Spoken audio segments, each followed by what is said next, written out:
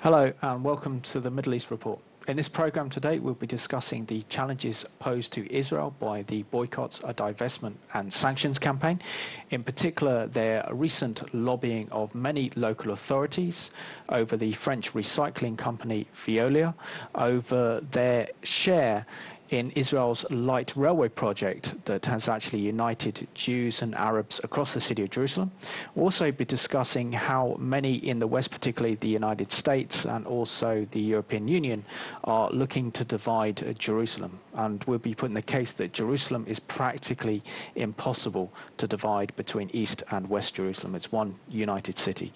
In today's programme, I'm joined by Nick Gray, who is the Director for Christian Middle East Watch, and David Lewis, the Secretary of UK Lawyers for Israel. Gentlemen, welcome to the Middle East Report today. Thank you.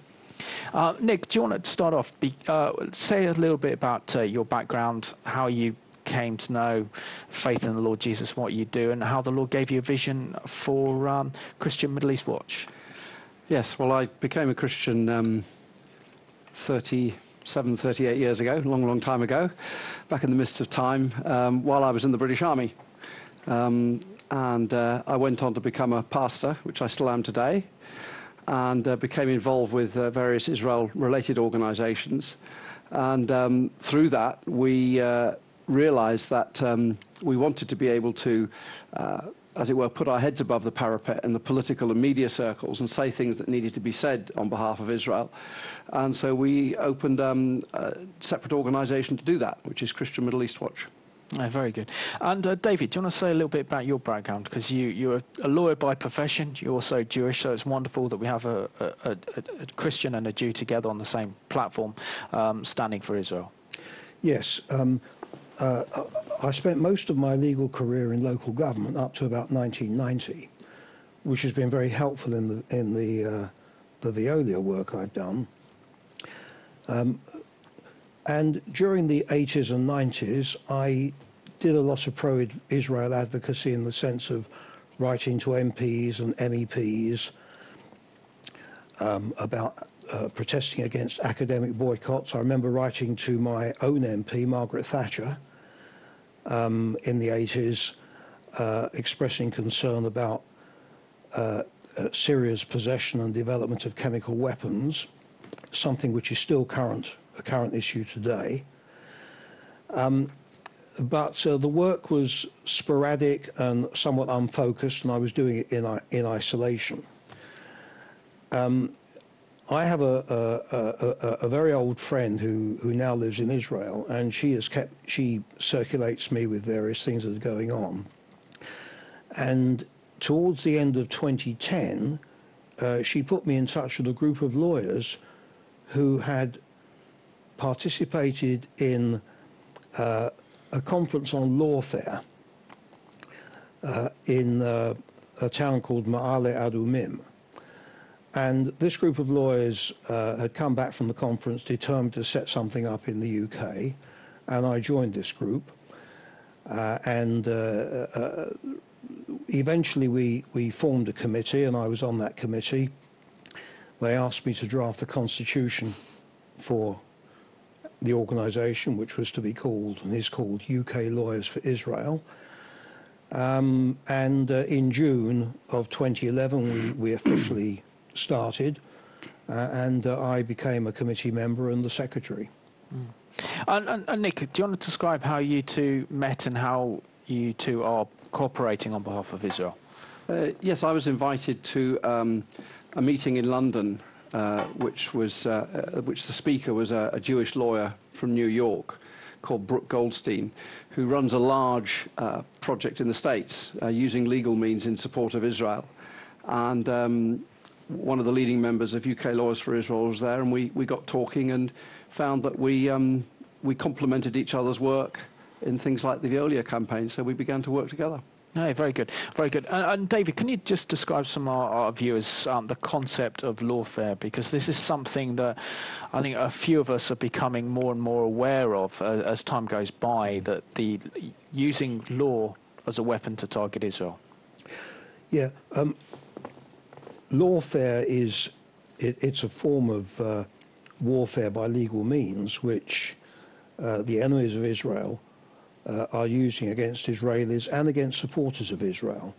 And the classic form of lawfare in this country has been the threat to arrest Israeli officials and IDF officers as soon as they set foot inside the UK. Now, that was quite successful as a threat, and did prevent some important politicians and generals from coming here. It's much less of a threat now because these arrest warrants require the consent of the Director of Public Prosecutions. So while the law has yet to be fully tested, that has ceased to be the main problem. And what you now get, which is part of our work, but not a major part of our work, is threats and action against individual supporters. So, for example, one of our supporters who writes a blog was threatened with a defamation suit. Another supporter, two supporters in fact, were reported to the police for alleged harassment in the course of, while they were, as it were, either counter-demonstrating or handing out leaflets or simply observing. These were trumped-up charges which the police had to investigate. They came to nothing. We help these people who are victimized in this way, and in every case we've managed to make it go away. So while it's not a major part of our work, it's very distressing for the individuals concerned, and you can see it's an example of the way in which the enemies of Israel choose to operate. Yeah. And Nick, I just really want to bring you on this one. I mean, you produced together this excellent academic paper called Recycling Veolia. Can you tell us what this campaign is and how, for example, the Boycott, Divestment and Sanctions campaign, the BDS, have been targeting local authorities in response to the work of Veolia? Well, a lot of your viewers probably have their dustbins collected by Veolia. They collect waste or recycle waste for probably about a third of the population of the UK. They're a huge international concern. And one of their big areas is green city transport. So they were naturals to become a partner in the consortium that built the Jerusalem Light Railway that joins East and West Jerusalem. And they took out a minority, just a 5% stake in that. But because they're so prominent in the UK, the boycott groups have really made them a target for campaigns, and because Veolia contracts are all local authority contracts, so they've been pressuring and campaigning against local authorities and local councillors and council groups to try and stop Veolia getting contracts, and that's really been the basis of their action in this country. Well, we've got a clip to go to now that looks at the Boycott, Divestment Sanction campaign that is so vicious in its attack on Israel and the Jewish people. The Palestinian cause has long been synonymous with violence, terrorism, and Islamic fundamentalism. A new generation of pro-Palestinian activists are working to change that image. These young, eloquent speakers, educated in Western universities, are making the rounds on news programs. Violence only begets more violence. And on university campuses, advocating their vision for Palestine. We advocate rights. They're part of the BDS movement. The Boycott, Divestment and Sanctions movement. And their message is clear. We need to boycott Israel. No one should buy Israeli products. They invoke humanist, progressive and socialist values. Equality, freedom and dignity. Justice in Palestine. A democratic movement based on the struggle for human rights. And aim to garner the support of students, trade unionists, Don't leave the resistance of the Palestinian people, don't leave. And even Jewish civil rights activists. BDS is particularly vigilant against any form of Palestinian-Israeli collaboration. The end of a collaborationist Palestinian leadership. In January 2010, Palestinian and Israeli filmmakers joined together to produce a series of films for the 13th annual Tel Aviv University Film Festival. Murad Nasser is a Palestinian director. It is impressive of Tel Aviv University to bring Palestinian directors. This way we can use art to reach for peace, using artistic and cinematic projects. The BDS leadership quickly denounced this collaboration and imposed a Palestinian boycott. In 2008, the Palestinian and Israeli trade unions signed a historic cooperation agreement. Shahar Saeed, General Secretary of the Palestinian Trade Union, praised the agreement for promoting the rights of Palestinian workers. BDS leadership, however, was outraged. I don't understand in the TUC how we continue to associate ourselves with... Saeed was promptly forced to retract his statements and denounced any possible cooperation. Palestinian Al-Quds University signed a statement of academic collaboration with Israel's Hebrew University, committing to a pursuit of knowledge through cooperation rather than boycotts. Al-Quds University President Sari Nusseibeh explains. It's very important, in fact, to create tolerance, pluralism, the ability to listen to the other, and this can be done through this kind of education. Yet last year, under pressure from the BDS movement, sever your collaborations, do not go to academic meetings, do not... The university's board severed all ties with Israeli academic institutions. Maybe the only way to get at peace is through having cooperation. It's extremely important in institutional boycott of Israeli academic and cultural institutions. Incidentally, Omar is a student at Tel Aviv University. The moderates, Israelis, Palestinians, doctors, academics, artists, and peace activists, are in fact the principal victims of this self-labeled progressive social movement. What is it about Israeli-Palestinian collaboration that so threatens BDS? Moderates have been working towards a peaceful solution to the conflict since the 90s, under the guidelines of the widely accepted two-state solution. The only resolution is for the aspirations of both sides to be met through two states, where Israelis and Palestinians each live in peace and security. Cet accord permettra aux deux peuples de vivre côte à côte dans la paix et la sécurité. A two-state solution. That's the only solution to this issue.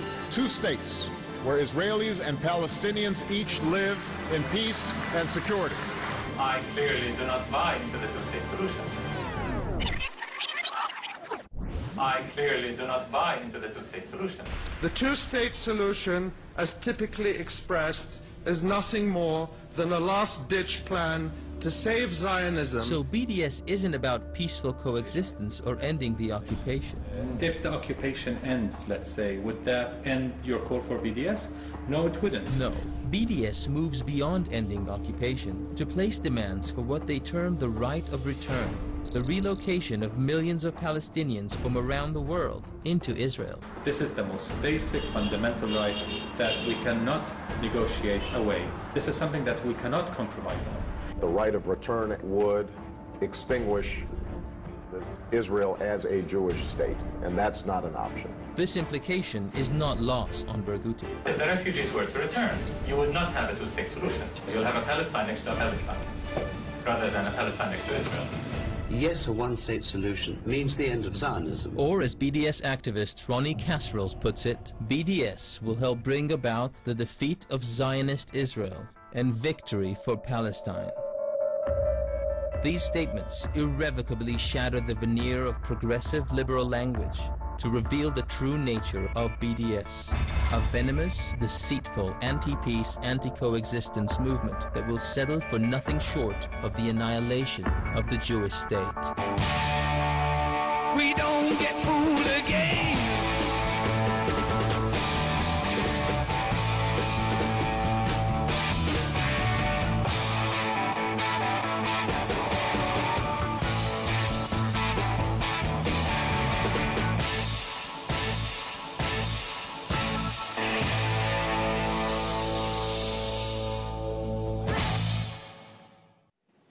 Hello and welcome back to the Middle East Report. David, just looking through that clip, we saw the damaging impact that the boycotts, divestment, sanctions campaigns having upon Israel and their particular current plan and lobbying so many local authorities in terms of Veolia. Can you tell us about their involvement with Israel's light railway project? And surely, having been to Israel only a few weeks ago, you just realize how the actual Israel's light railway project is actually bringing Arabs and Jews who are both residents of Jerusalem actually together rather than apart? Yes, as it happens, Veolia's participation in the Jerusalem Light Rail project is a relatively small one, in that they did at one time have a 5% share in it. They don't control the operation of the railway, but that is the reason given for boycotting them. It's a flimsy reason, but the reason would be no different if they had owned the whole operation and were running it. It wouldn't make the boycott any less pernicious or dangerous. What's some of the work that you've done to actually counter some of the damaging impact done by the BDS campaign on local authorities and also on Veolia? Well, my aim in this project was really to show that the claims of the BDS movement regarding their anti-Veolia campaign were completely fictional. They were putting it about that they were running a vigorous campaign and that this campaign was causing local authorities to reject tenders from Veolia. And I could see, reading between the lines of these reports on their websites, that nothing of the sort was happening. They were campaigning all right, but it wasn't having any effect. Obviously, when Veolia bids for these contracts, it's bidding in competition with maybe half a dozen other companies. And it's going to win some and it's going to lose some. And when it loses, it will normally lose on economic grounds because its bid is not the lowest, or on technical grounds because it's not providing it's not complying with all the criteria of the local authority. I wasn't expecting any rejections of Veolia on political grounds, but I made freedom of information requests to some 18 public authorities, asking them, did Veolia bid? Were they accepted or rejected? If they were rejected, why were they rejected? In some cases, I had to ask the question several times to get to the root of it. And in every single case, either the local authority had actually had no bids from Veolia, or in one case it had appointed Veolia, and in those cases where it had not appointed Veolia, it was quite clear from their replies that the reasons were economic and technical and not political. So this confirmed my initial impression that the propaganda of the BDS movement was pure fiction. And Nick, you're the co-author of this academic report onto Veolia and the impact. Now, surely there's a difference between the realities on the ground and what the BDS are actually saying, and calling for a boycott of local authorities who use Veolia for their services because they have a minority share in Israel's light railway. Do they mention in the course of any of their literature the fact that Israel's light railway unites both East and West Jerusalem? And to be honest, there is no such thing as East and West Jerusalem, but there are so many Arab residents of Jerusalem who use this rail service. The BDS groups claimed while the light railway was being built that it was only being built to service Jewish areas.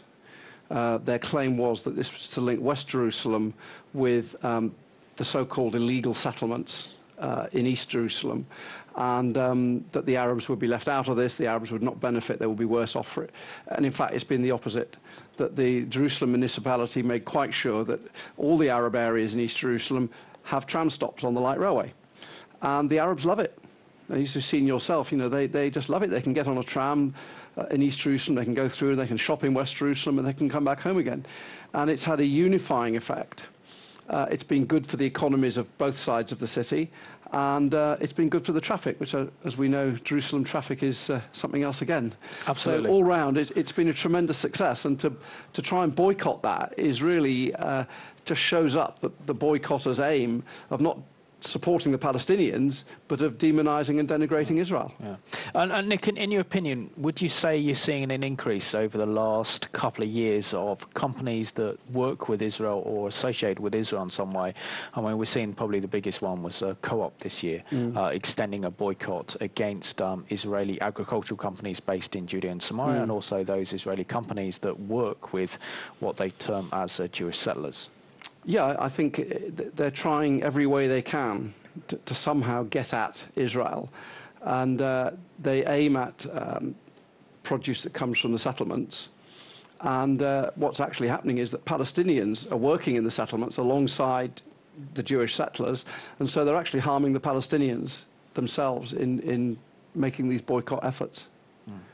And David, can you tell us what's the reaction of the Jewish community here? You know, Co-op is one big name. We mentioned Co-op earlier, just now, about the impact that has, because I mean, the majority of us have a Co-op near to our house, and when we see that, we identify the extent of the boycott against Israeli goods.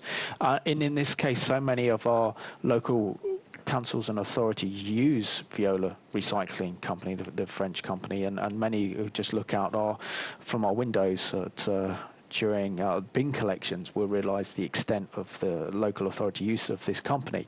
What impact is it having upon the Jewish community?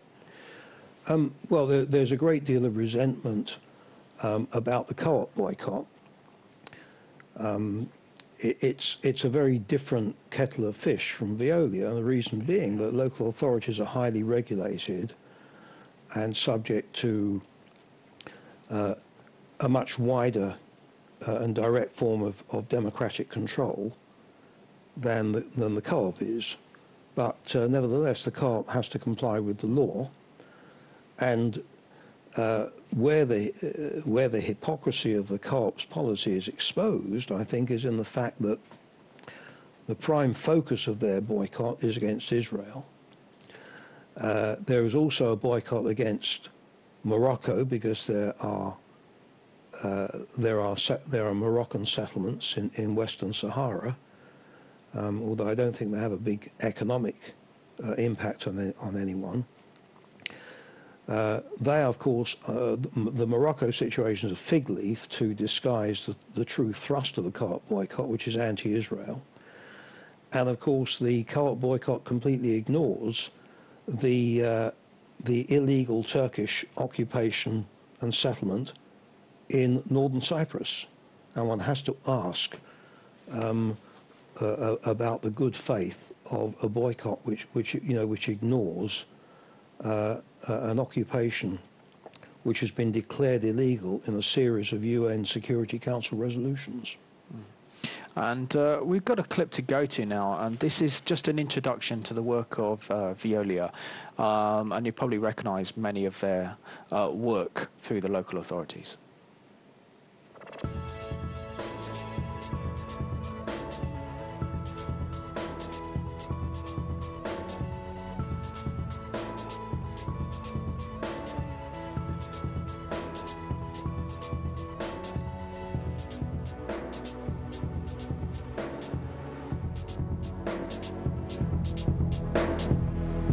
Our name is seen by millions of people across the UK every day.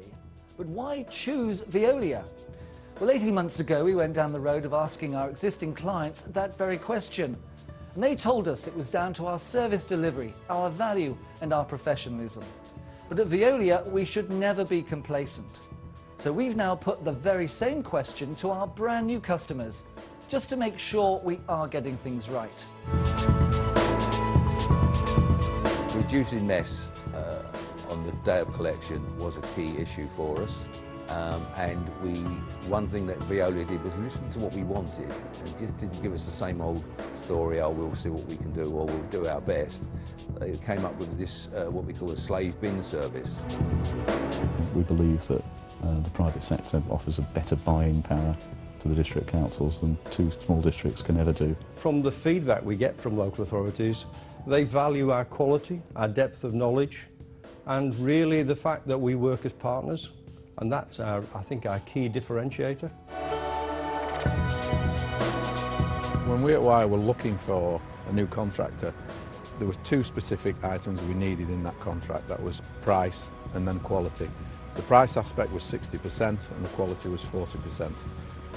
In fairness, Veolia didn't meet the price. There were some lower bids, but the quality far exceeded anybody else. And that was one of the reasons when we did the bid overall that Veolia came out on top.